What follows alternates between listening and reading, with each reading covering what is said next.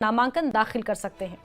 हालांकि अभी तक किसी भी पार्टी ने नगर निकाय चुनावों के लिए अपने उम्मीदवारों की घोषणा नहीं की है। प्रदेश में 8 नगर निगमों में मेयर और पार्षदों का चुनाव होना है। 2 नगर निगमों में सिर्फ मेयर चुने जाने हैं। वहीं 4 नगर परिषद और 21 नगर पालिकाओं के लिए भी चुनाव होंगे।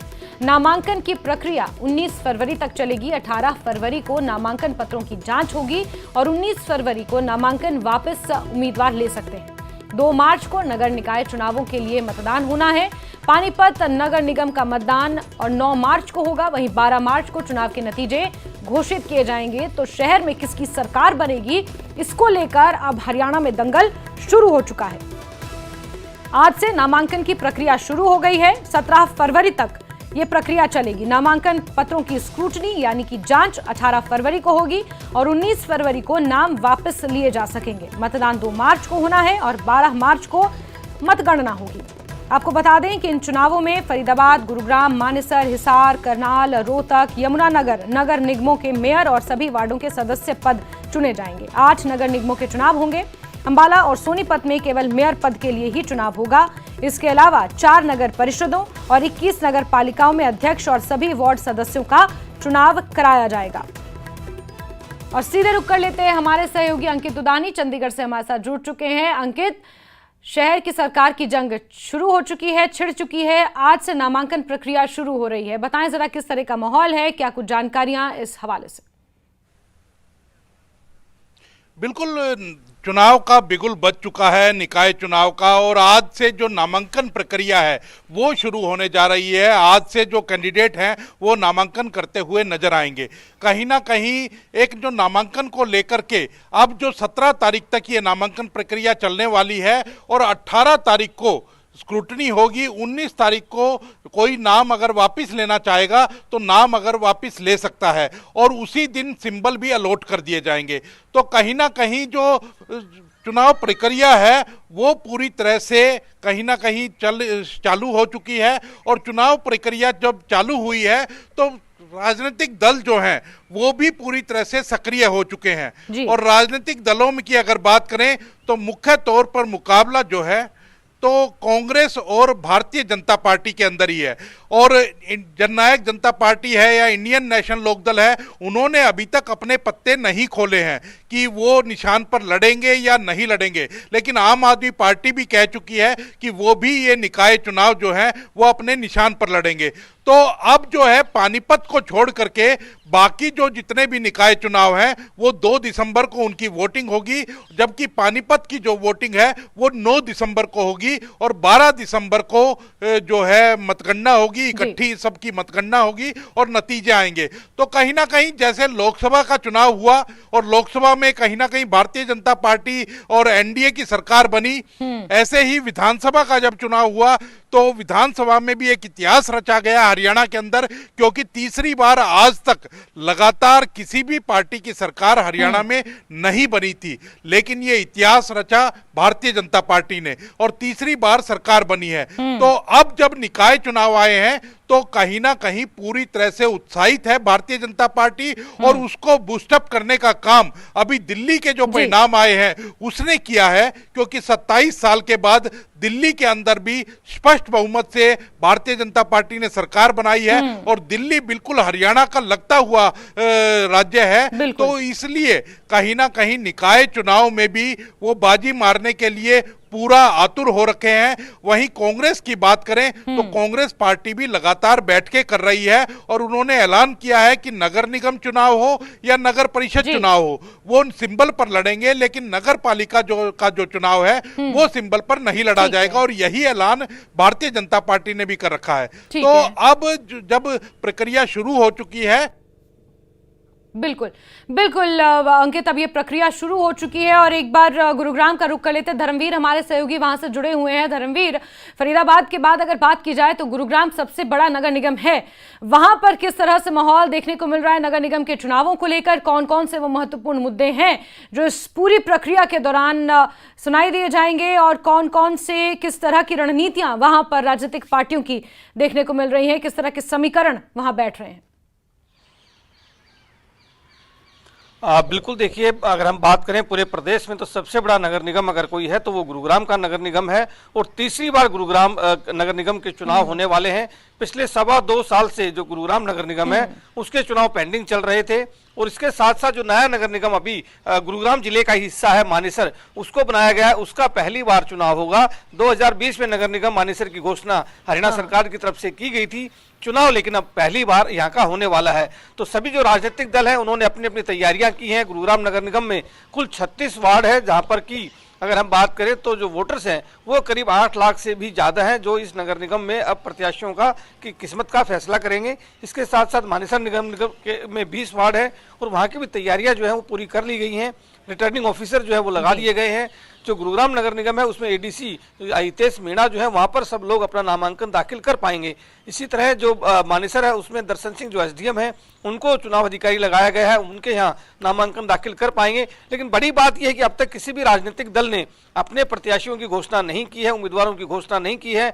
तो जाहिर सी बात है कि आज जो पहला दिन है वहां पर ज्यादातर वही लोग नामांकन दाखिल करते हुए नजर आएंगे जिन्होंने पहले से ही मन बनाया होगा कि वो निर्दलीय चुनाव लड़ेंगे, या फिर वो लोग नामांकन दाखिल करते हुए नजर आएंगे जो एक तरह से कोई छोटी पार्टी से अगर चुनाव लड़ रहे होंगे, किसी की घोषणा कर दी गई होगी। लेकिन कांग्रेस और भाजपा की तरफ से हम कह सकते हैं कि आज मुश्किल है कि कोई भी नामांकन दाखिल करे, क्योंकि दोनों ही राजनीतिक दलों ने अपने उम्मीदवारों की घोषणा नहीं की है। सब लोग उम्मीद लगाए बैठे हैं कि जल्दी घोषणा होगी तो उसके बाद वो अपना नामांकन दाखिल कर पाएंगे। गुरुग्राम का जो बड़ा मुद्दे की आप बात कर रहे हैं, सबसे बड़ा मुद्दा गुरुग्राम में जल भराव को लेकर के है, ट्रैफिक जाम को लेकर के है और साफ सफाई का है। ये 3 ऐसे मुद्दे हैं जो हमेशा से ही गुरुग्राम में एक तरह से मुंह उठाए रहते हैं और इस मुद्दों को लेकर के हर वक्त जो है कोई ना कोई राजनीतिक चर्चा होती रहती है। खास तौर से जल भराव और जो जाम की जो समस्या है वो सबसे बड़ी है। तो ये अब आने वाले जो चुनाव में जब वोटिंग होगी तो बिल्कुल लोग इन मुद्दों के ऊपर चुनाव लड़ेंगे और इन मुद्दों के ऊपर भी चर्चाएं जो है होंगी। हालांकि इससे पहले गुरुग्राम जो नगर निगम था, जब पहली बार चुनाव हुए थे तो कांग्रेस ने बाजी मारी थी, राव इंद्रजीत सिंह के समर्थक विमल यादव मेयर बने थे। लेकिन उसके बाद राव इंद्रजीत सिंह जब भाजपा में शामिल हो गए थे तो एक तरह से नगर निगम पर भाजपा का कब्जा हो गया था। जो दूसरी बार नगर निगम के चुनाव हुए तो उसमें भी राव इंद्रजीत सिंह की समर्थक जो मधु आजाद हैं वो मेयर बनी थी। तो अब जब उम्मीदवारों की घोषणा होगी उसके बाद ही साफ होगा कि कौन बाजी मारता है और किस तरह से ये चुनाव प्रक्रिया आगे बढ़ती है। बिल्कुल बिल्कुल धर्मवीर, हमारे साथ आप लगातार बने रहिए। तो आपको बता दें कि 8 नगर निगम हैं जिनके चुनाव होने हैं, जिनके लिए 2 मार्च को मतदान होगा। यमुनानगर का रुख कर लेते, परवेज वहां से हमारे साथ जुड़े हुए हैं। परवेज, जरा बताएं यमुनानगर में किस तरह के समीकरण बैठ रहे हैं, क्योंकि आज से नगर निगम चुनावों के लिए प्रक्रिया शुरू होने वाली है, नामांकन का आज पहला दिन है। बिल्कुल जैस्मीन, जैसे जैसे नगर निगम चुनाव की तारीखें नजदीक आ रही है, न सिर्फ प्रत्याशियों की दिलों की धड़कन बढ़ रही है, एक तरफ तो प्रशासन जो है तैयारियों को अंतिम रूप देने में जुटा हुआ है, वहीं जो है पार्टी के जो शीर्ष नेता है वह इस कशमकश में है कि किसे टिकट दिया जाए, कौन ऐसा जिताऊ कैंडिडेट है मेयर पद के लिए जो जीत कर जो है बीजेपी का परचम लहराएगा या कांग्रेस का परचम लहराएगा।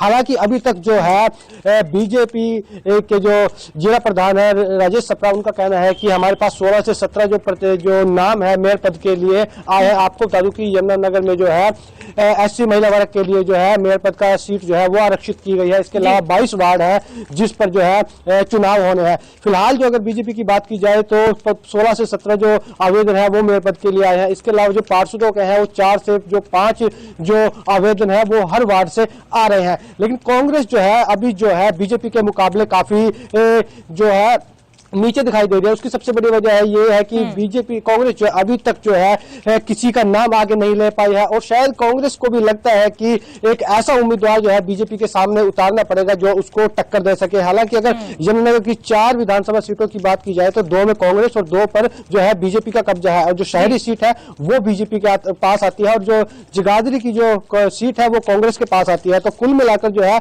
मुकाबला कड़ा रहने वाला है, क्योंकि जो शहरी वोट है वो कांग्रेस के पास भी है और जो शहरी वोट है वो बीजेपी के भी पास है। लेकिन एज जो है वो कहीं ना कहीं बीजेपी को ज्यादा नजर आता है, क्योंकि केंद्र में बीजेपी की सरकार है, हरियाणा में बीजेपी की सरकार है और जो शहरी जो वोटर्स है वो कहीं ना कहीं बीजेपी के पास जो है जाते दिखाई देते हैं। फिलहाल जो है सबसे बड़ी जो कयास लगाया जा रहा है, उम्मीद लगाई जा रही है वो टिकट को लेकर है। तो बीजेपी में जो है 2 जो बड़े अधिकारी हैं जिन्होंने वीआरएस लेकर जो है चुनाव लड़ने की इच्छा जताई थी विधानसभा चुनाव में, हालांकि उनको टिकट नहीं मिल पाया था। तो इस बार कयास लगाए जा रहे हैं कि शायद बाद उन्हें टिकट देकर जो है मेयर पद के लिए चुनावी रण में उतारा जाए। 1 या 2 दिन में जो है वो उम्मीदवारों का जो नाम है वो क्लियर हो जाएंगे। उसके बाद जो है जब सारे प्रत्याशी मैदान में आएंगे उसके बाद पता लगेगा कि असल मुकाबला किसके बीच है। ठीक है अंकित, अगर आप मुझे सुन पा रहे हैं तो मेरा सवाल आपसे ये है कि विधानसभा चुनावों के जो नतीजे हरियाणा में आए उसके बाद से क्या वाकई बीजेपी के पास वो एज है या फिर कहीं ना कहीं चेहरों पर बीजेपी को दांव खेलना पड़ेगा और मजबूत चेहरे बीजेपी को आगे करने पड़ेंगे, या फिर प्रीडोमिनेंटली जो मुद्दे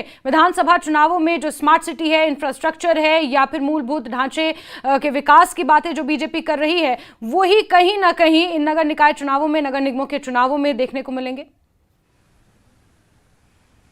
बिल्कुल, जब भी कोई चुनाव जीता जाता है तो उसके बाद एज जरूर रहता है, और वो तो लोकसभा का चुनाव था, विधानसभा का चुनाव था और अब दिल्ली चुनाव है। तो कहीं ना कहीं क्योंकि चुनाव के अंदर जो जीत और हार होती है वो एक माहौल से होती है, और अब पूरा माहौल जो है वो बीजेपी में कह सकते हैं कि हुआ है, क्योंकि दिल्ली का चुनाव का जो नतीजे आए हैं उससे काफी उत्साहित हैं, बीजेपी के नेता भी उत्साहित हैं और पब्लिक ने मैंडेट दिया है। तो कहीं ना कहीं बीजेपी के नेता काफी उत्साहित हैं कि निकाय चुनाव के अंदर भी वो बाजी मारते हुए नजर आएंगे। लेकिन क्योंकि जो निकाय चुनाव होते हैं वो लोकल मुद्दों के ऊपर लड़े जाते हैं, और लोकल मुद्दों के ऊपर बीजेपी और कांग्रेस जहां अपने अपने उम्मीदवार मैदान के अंदर उतारेगी, वहीं जो लोकल लोग होते हैं जो निर्दलीय लड़ते हैं उनकी भी अहम भूमिका इस चुनाव के अंदर रहती है। तो क्या वो बीजेपी का या कांग्रेस का खेल बिगाड़ सकते हैं? तो कहीं ना कहीं मुद्दों को लेकर भी बात होगी। तो बीजेपी वैसे पहले ही नेता कहते हैं कि वो किसी भी चुनाव को